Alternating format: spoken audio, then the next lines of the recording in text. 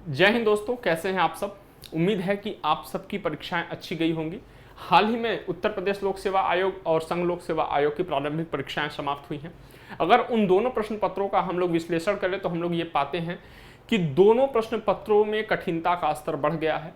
अगर हम UP PCS की बात करें तो यूपी पीसीएस ऐसा बोला जा रहा है कि जिस तरीके से प्रश्न पूछने की प्रवृत्ति यूपीएससी की रही है, उस प्रवृत्ति को यूपी पीसीएस फॉलो कर रहा है, जिससे कि प्रश्न पत्र के कठिनता का स्तर बढ़ गया है।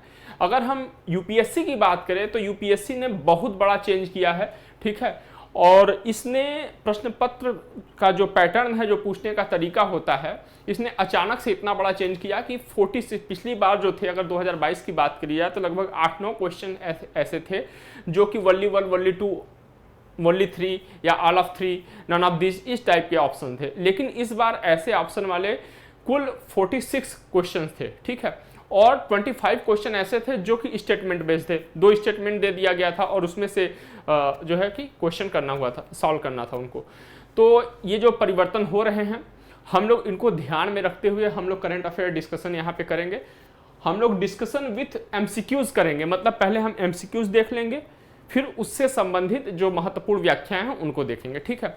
और ये एमसीक्यूज या ये जो सेशन है, भले ही यूनिक एग्जाम्स पीसीएस चैनल पे अपलोड किया जा रहा है, लेकिन ये समान रूप से यूपीएससी और स्टेट पीसीएस, विभिन्न स्टेट पीसीएस परीक्षाओं के लिए समान रूप से उपयोगी है। तो आप लोग बने रहिए, जरूर देखिएगा, ठीक है। चलिए शुरू करते हैं।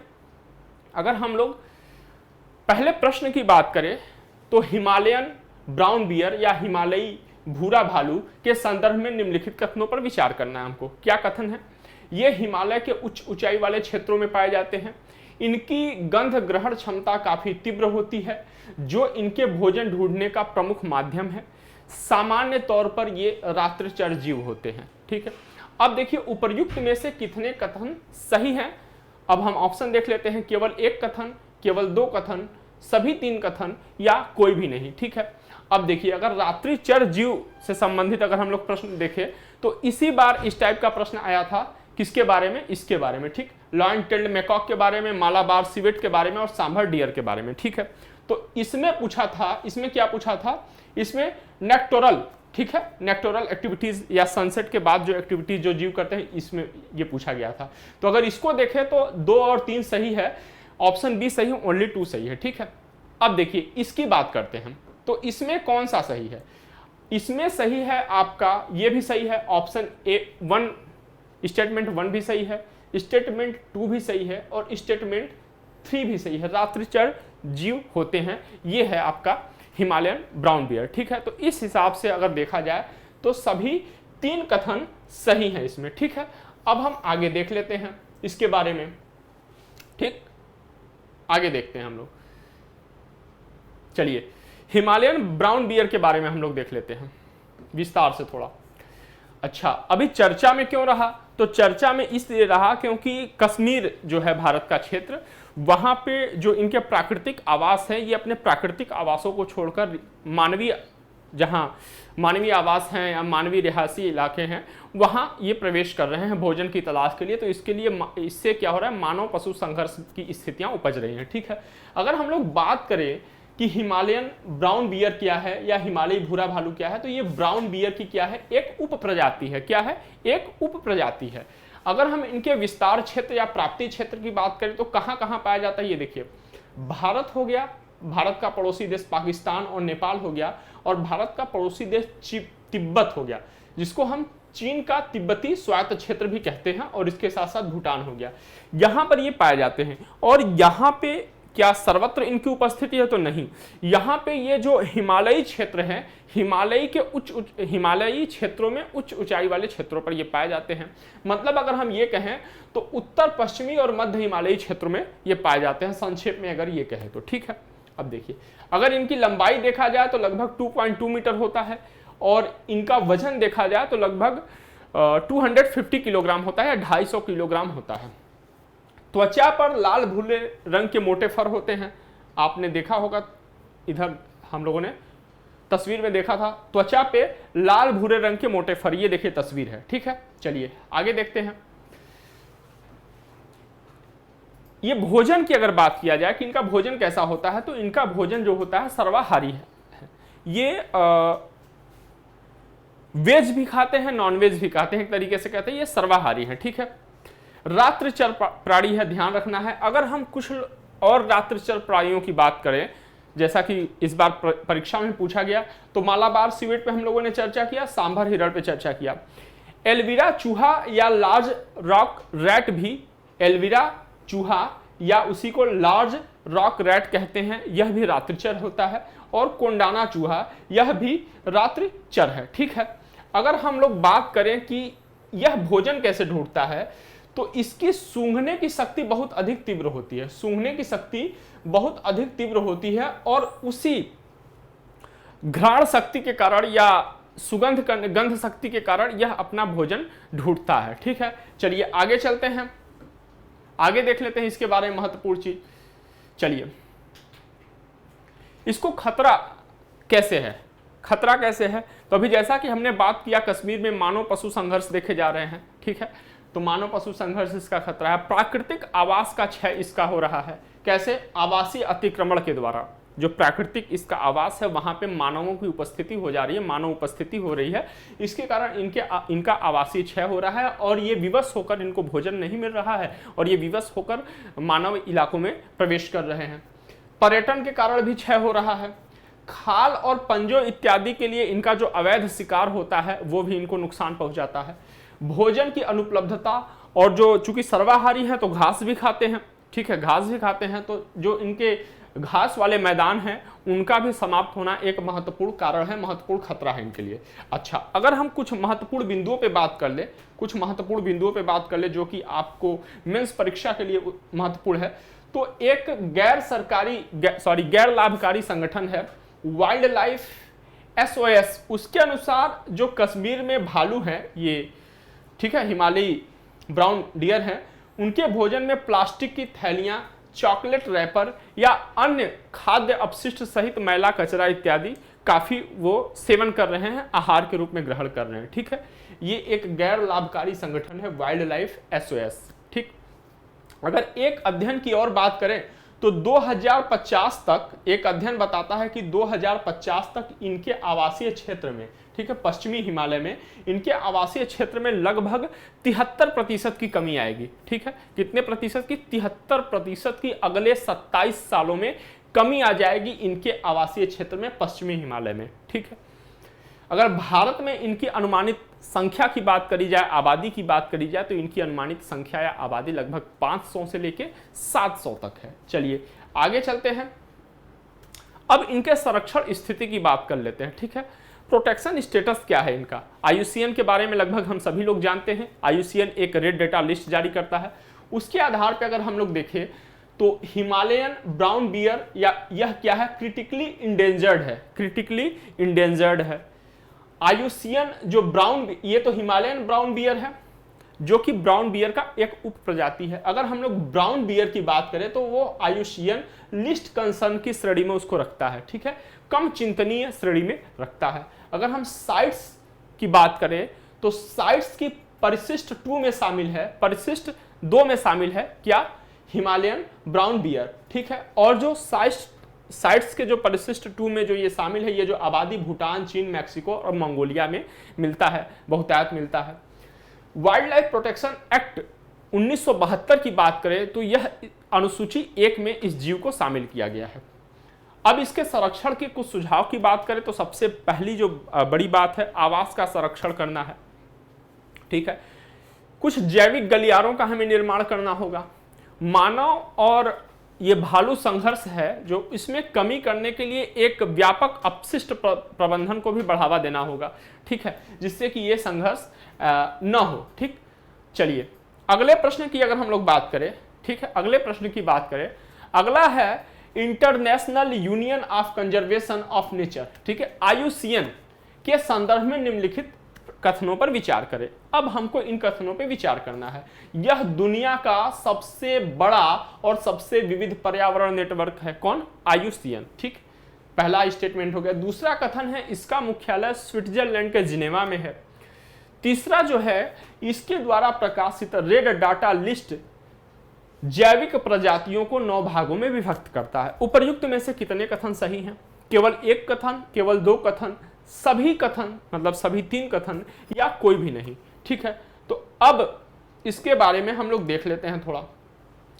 पहला सही है, पहला सही है, हम लोग अभी विस्तार से देखेंगे तो उसमें देख लेंगे। दूसरा जो है स्विट्जरलैंड में तो है, लेकिन जेनेवा में न होकर यह कहां पे है, ग्लैंड में है। ठीक है, तीसरा भी सही है, रेड डाटा लिस्ट जैविक प्रजातियों को 9 भागों में विभाजित करता है। अगर हम 9 भागों में देखें तो अब देखिए ये है रेड डाटा लिस्ट का सोर्स है, अब यहां से ये देखिए विभाजित करता है। ठीक है, एनई जिसका कि वो नहीं किया गया, नॉट एलिवेटेड है। ठीक है, डीडी डाटा डिफिशियंट है, डाटा की कमी है। लिस्ट कंसर्न हो गया, नियर थ्रेटेंड हो गया, वनरेबल हो गया, इंडेंजर्ड हो गया, क्रिटिकली इंडेंजर्ड हो गया, एक्सटिंक्ट इन वाइल्ड मतलब जंगलों में समाप्त हो चुका है, किसी प्रतिबंधित क्षेत्र में वो है। ठीक है, लेकिन जंगलों में समाप्त हो गया, फिर उसके बाद एक्सटिंक्ट आता है। चलिए, तो इस आधार पर अगर हम लोग देखें तो कितने सही हैं, ऑप्शन 2 सही है, केवल 2 सही है, ऑप्शन बी सही है। ठीक है, चलिए आगे देख लेते हैं हम लोग, अब इसके बारे में थोड़ा देख लेते हैं। ठीक है, IUCN international union for conservation, ठीक है, नेचर विश्व संरक्षण कांग्रेस आयोजित हो रहा है, इस कारण ये चर्चा में है। ठीक है, कब होगा, तो 2025 में होगा। ठीक है, प्रत्येक 4 साल पे होता है, तो अभी सुनिश्चित किया गया कि कहां होगा, तो संयुक्त अरब अमीरात के आबू धाबी में ये आयोजन होगा, इसलिए ये चर्चा में है।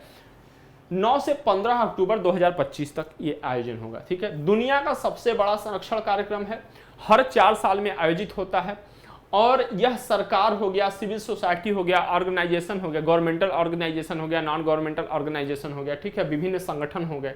ठीक है, सबके जो मुखिया हैं, सबके बड़े लीडर्स हैं, लीडर्स मतलब जो नेतृत्व करता है अपने समाज के, जो अच्छे लोग हैं, ठीक है, उनको ये सामने लाता है। अब IUCN का उद्देश्य क्या है, ठीक है, विश्व संरक्षण कांग्रेस, IUCN विश्व संरक्षण कांग्रेस का उद्देश्य क्या है, दुनिया की सबसे अधिक दबाव वाली पर्यावरणीय और विकास चुनौतियों का निर्धारण करना, मतलब उनकी पहचान करना, जो कि पर्यावरण क्षय के लिए जिम्मेदार हैं और विकास को कम करने के लिए जिम्मेदार हैं। ठीक है, उनका चुनाव करना, उनका निर्धारण करना, उनको चिन्हित करना और उनका समाधान करने के लिए एक व्यापक कार्यवाही विकसित करना, ये इसका उद्देश्य है। ठीक, अब ये तो अगला हो गया, 2025 में होगा। अगर हम पिछले IUCN विश्व संरक्षण कांग्रेस की बात करें तो यह वर्ष 2021 में फ्रांस के मार्सिले में आयोजित किया गया था। वर्ष 2021 में फ्रांस के मार्सिले में आयोजित किया गया था। अब देखिए 4 साल बाद 2025 में हो रहा है। ठीक, अब आगे देख लेते हैं, आगे देखते हैं। ठीक, चलिए, अब ये जो पिछला घोषणा रहा जो फ्रांस के मार्सिले में आयोजित हुआ था 2021 में, उसकी प्रमुख उद्घोषणाएं हैं। ठीक है, अब इसको हमको ध्यान में रखना है क्या, क्योंकि अगला हो रहा है तो आपसे यह प्रश्न पूछा जा सकता है कि क्या ये निश्चित किया गया है कि इन पे बात होगी, तो नहीं, ये पहले ही उद्घोषणा करी जा चुकी है, ये लक्ष्य पहले ही निर्धारित किए जा चुके हैं। क्या है मुख्य लक्ष्य, वर्ष 2025 तक अमेज़न जो क्षेत्र है उसके 80% हिस्से की रक्षा करना, मतलब उसका जो सुधार क्या है, उसमें सुधार में उसके 80% तक उसके सुधार को बढ़ाना है। ठीक है, महासागरों में, गहरे समुद्र में, महासागर में जो है गहरे समुद्र खनन में रोकने का उसका प्रयास करना कि उसमें कमी करी जाए, महासागरों में बहुत अधिक गहराई तक खनन कार्य न हो। IUCN जलवायु संकट आयोग की स्थापना करना, तो ये महत्वपूर्ण है। IUCN जलवायु संकट आयोग की स्थापना करना, ये क्या है, ये महत्वपूर्ण है, इसको ध्यान में रखिएगा। चलिए, अब IUCN के बारे में बात कर लेते हैं। IUCN की स्थापना कब करी गई थी, तो 1948 में IUCN की स्थापना करी गई थी। IUCN एक अंतर्राष्ट्रीय संगठन है, जैसा कि नाम में भी इंटरनेशनल लगा हुआ है। दुनिया का सबसे बड़ा और सबसे विविध पर्यावरण नेटवर्क है, हम लोगों ने क्वेश्चन में इसको देखा। और इसका जो सदस्य है, इसके जो सदस्य है गवर्नमेंटल एंड सिविल सोसाइटी, ठीक है, ऑर्गेनाइजेशन दोनों है, गवर्नमेंट है या गवर्नमेंटल ऑर्गेनाइजेशन है और सिविल सोसाइटी ऑर्गेनाइजेशन है, कहने का मतलब कि नॉन गवर्नमेंटल ऑर्गेनाइजेशन भी इसके सदस्य हैं। अब इसके हेडक्वार्टर की बात करें तो हम लोग देख रहे हैं ग्लैंड में है। ठीक है, जबकि क्वेश्चन में हमने जिनेवा दिया हुआ था तो वो गलत है, ग्लैंड में है, स्विट्जरलैंड के ग्लैंड में है। ठीक है, जिनेवा के बगल में ही ग्लैंड अवस्थित है, थोड़ी दूरी पे। ठीक, चलिए, IUCN का उद्देश्य क्या है, प्रकृति की जो अखंडता है और विविधता का संरक्षण करना। अखंडता मतलब जो प्रकृति की यूनिटी है, सबकी इस नेचर में सबकी हिस्सेदारी है, और सबकी हिस्सेदारी जितनी है उतना उनको इस नेचर से मिलना भी चाहिए। लेकिन जो मानव है ना, वो इतना मतलब कह सकते हैं कि लालची प्रवृत्ति का हम लोग हैं कि वो दूसरे के हिस्से का भी इस नेचर से ग्रहण कर ले रहा है। ठीक है, इसी कारण ये जलवायु परिवर्तन जैसी समस्याएं देखने को मिल रही है। तो इसका उद्देश्य यही है कि प्रकृति की अखंडता और विविधता का संरक्षण करना, इसके लिए दुनिया भर के तमाम नेताओं को एक साथ लाना और चिन्हित करना और उनकी सहायता करना। ठीक है, ये इसका उद्देश्य है।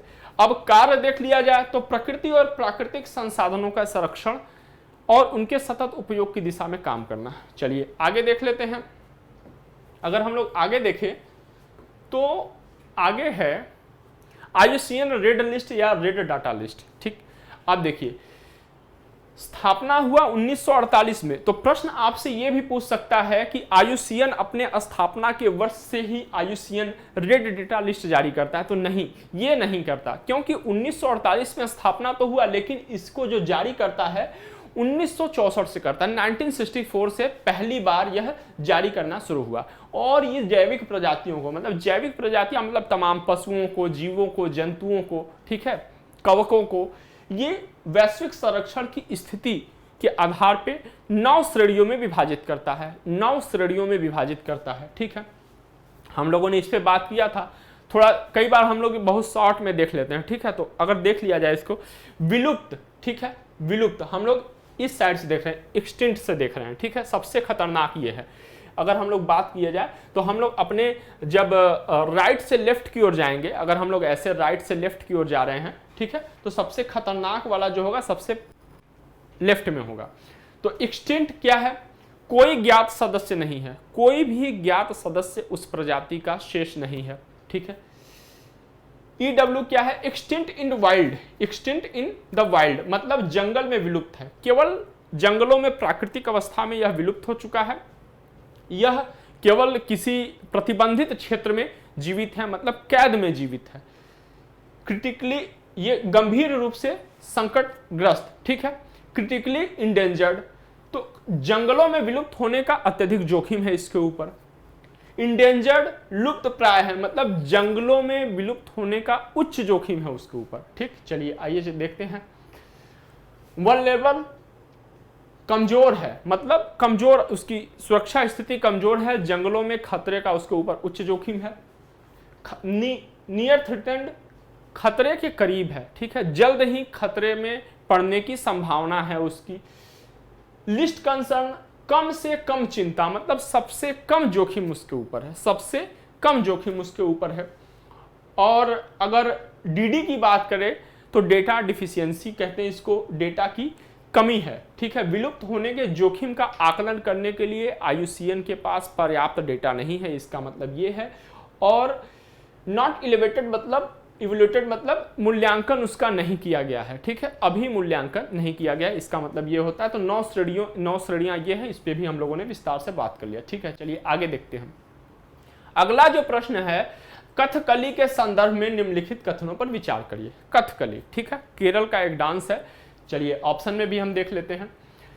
स्टेटमेंट है पहला कि कथकली का इतिहास केरल के राजाओं के इतिहास के साथ जुड़ा हुआ है। ठीक है, दूसरा है स्टेटमेंट, कथकली शैली में विद्यमान जो छोटे छोटे भेद हैं वो चिट्टकल कहे जाते हैं। कहने का मतलब है कथकली डांस की कई शैलियां होंगी, तो उन शैलियों में जो अंतर है उनको क्या कहते हैं? चिट्टकल कहे जाते हैं। यह दूसरा स्टेटमेंट है। तीसरा जो स्टेटमेंट है, किरीटम, किरीटम, ठीक है, कलाकार के सिर के ऊपर विशाल सज्जा को संदर्भित करता है। ठीक, अब उपर्युक्त में से कितने कथन सही है? केवल एक, केवल 2, सभी 3 या कोई भी नहीं। ठीक है, अच्छा, इस प्रश्न का उत्तर देखने से पहले हम लोग ये देख लेते हैं। ऐसा प्रश्न पूछा गया वर्ष 2014 में सत्रिया नृत्य के बारे में यह प्रश्न पूछा गया था। तो अगर इसकी बात करें तो ऑप्शन 1 और ऑप्शन 2 सही है, विकल्प बी सही है, विकल्प सी इसका सही नहीं है। ठीक है, अच्छा, कथकली के बारे में एक और महत्वपूर्ण बात, इस बार एक स्टेट में एक जो है कि टर्म पूछा गया था हिस्ट्री में, वट तिरुकल। ठीक है, तो इस हिसाब से ये टर्म भी महत्वपूर्ण है। कोई जब हिस्टोरिक टर्म आए या इकोनॉमिक टर्म आए, ज्योग्राफिक टर्म आए, तो उसको बहुत ध्यान से रखना है। ठीक है, ध्यान रखना है। तो अगर हम इस प्रश्न का उत्तर देखें तो इस प्रश्न में सभी 3 सही हैं, ठीक है, सभी 3 सही हैं, ऑप्शन सी सही है। अब इसके बारे में हम लोग देख लेते हैं। चलिए, अब ये चर्चा में क्यों रहा, चर्चा ये देखिए, कथकली का ये एक छवि है, आप इसको देख सकते हैं, इस तरीके से है। अब ये चर्चा में क्यों रहा, चर्चा में इसलिए है क्योंकि एक कथकली के पुनरुद्धार के लिए, कथकली का जो विकास यात्रा है उसको बताने के लिए और युवाओं में ऐसा जो है कि जागरूकता लाने के लिए एक हाल ही में एक पुस्तक का प्रकाशन किया गया, उस आधार पे यह महत्वपूर्ण है, ठीक है। अब अगर हम कथकली के ऐतिहासिक विकासक्रम की बात करें तो 17वीं शताब्दी के मतलब उत्तरार्ध में केरल के किस हिस्से में, त्रावणकोर में, पहले त्रावणकोर कहा जाता था केरल को, अब उस त्रावणकोर को केरल कहा जाता है, ठीक है। तो 17वीं शताब्दी के उत्तरार्ध में त्रावणकोर में इसकी उत्पत्ति हुई। लेकिन यह भी माना जाता है कुछ विद्वानों के द्वारा कि कोट्टारकरा तंपुरान के द्वारा एक जो रामनाट्यम का विकास किया गया था, ठीक है, उसी का विकसित रूप है कथकली, ठीक है।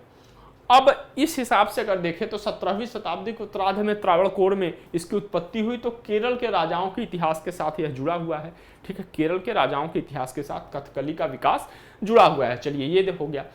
प्रारंभ में जो कथकली नृत्य है, ये कथकली नृत्य है, प्रारंभ में ये केवल मंदिरों के परिसर तक ही सीमित था, ठीक है, लेकिन धीरे धीरे बाद में यह राजाओं के दरबार में गया, शाही दरबार में गया, और यहां से शाही दरबार में जाने के बाद यह लोकप्रिय हुआ।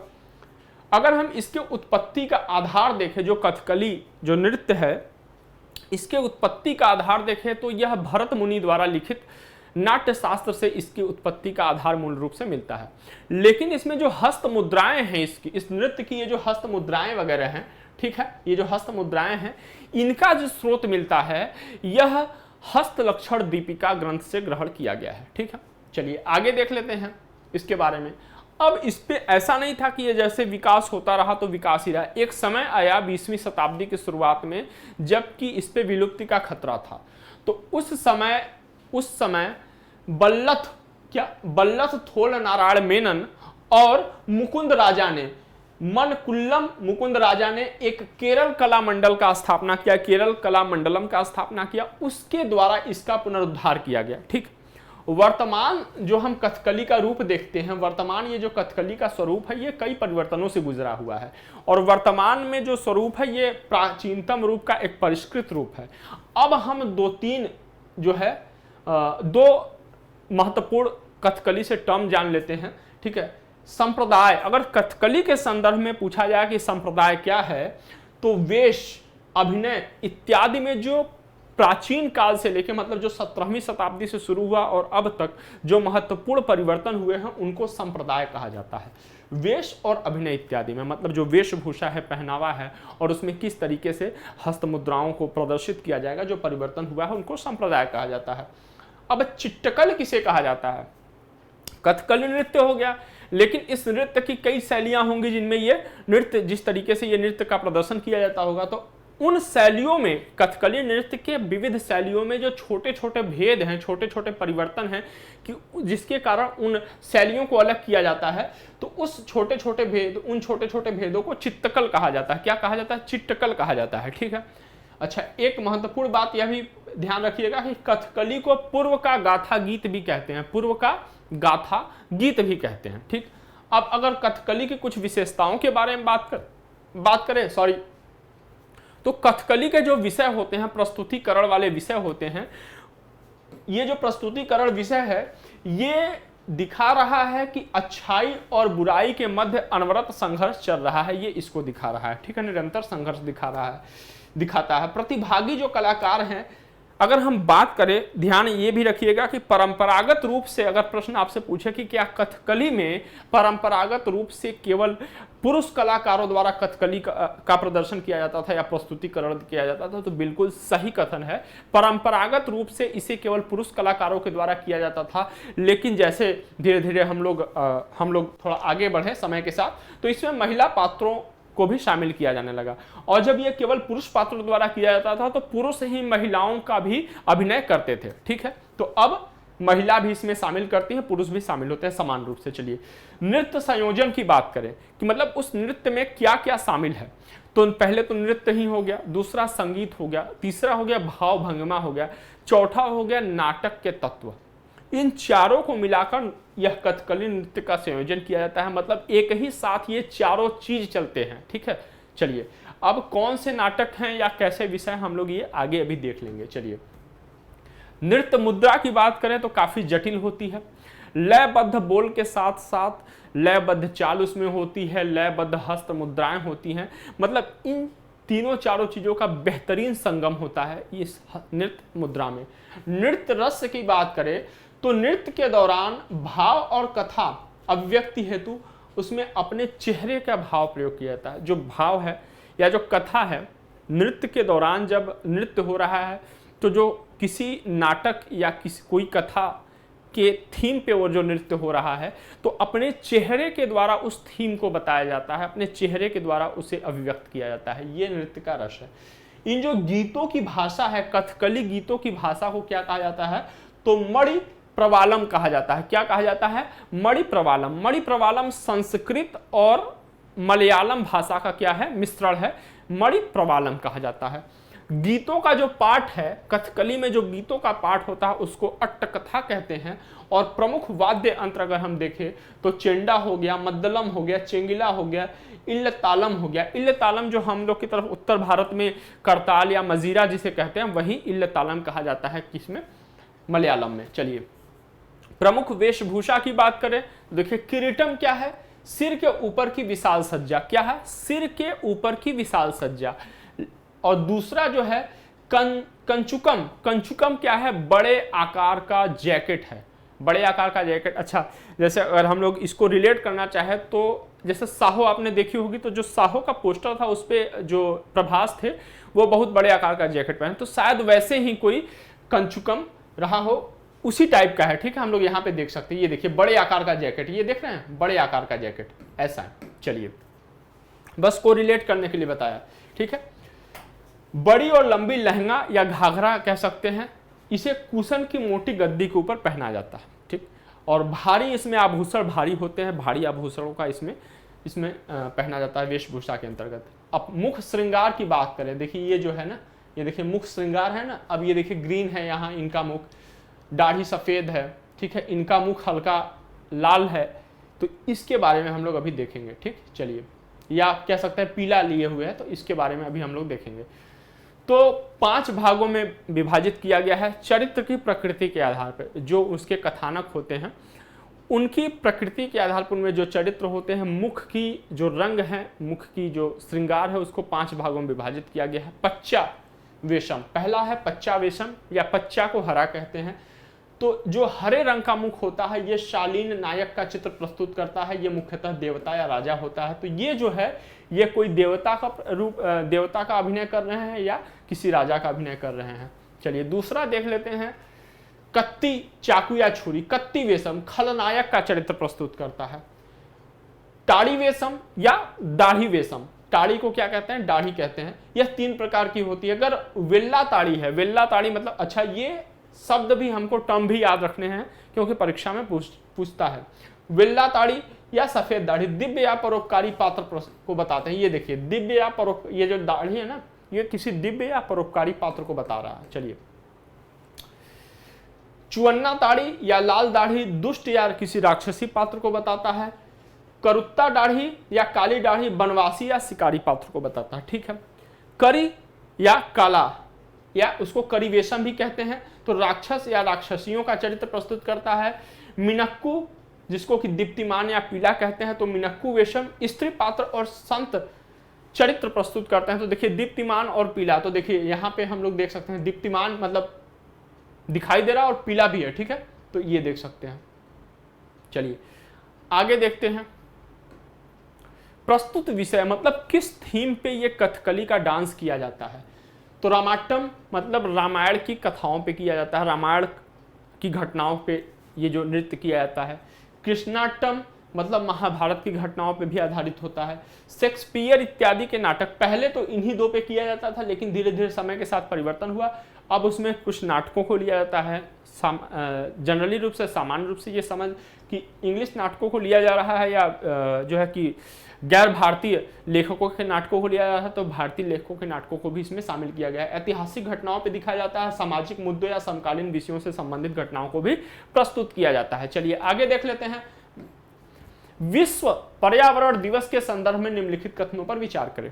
हाल ही में विश्व पर्यावरण दिवस था, उसके संबंध में निम्नलिखित कथनों पर हमको विचार करना है। ठीक है, प्रथम बार इसका आयोजन 1972 में संयुक्त राष्ट्र संघ के द्वारा किया गया था।